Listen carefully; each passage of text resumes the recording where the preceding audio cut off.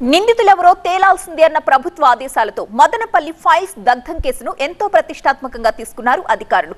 తాజాగా మరో 3 అధికారుల్ని సస్పెండ్ చేశారు.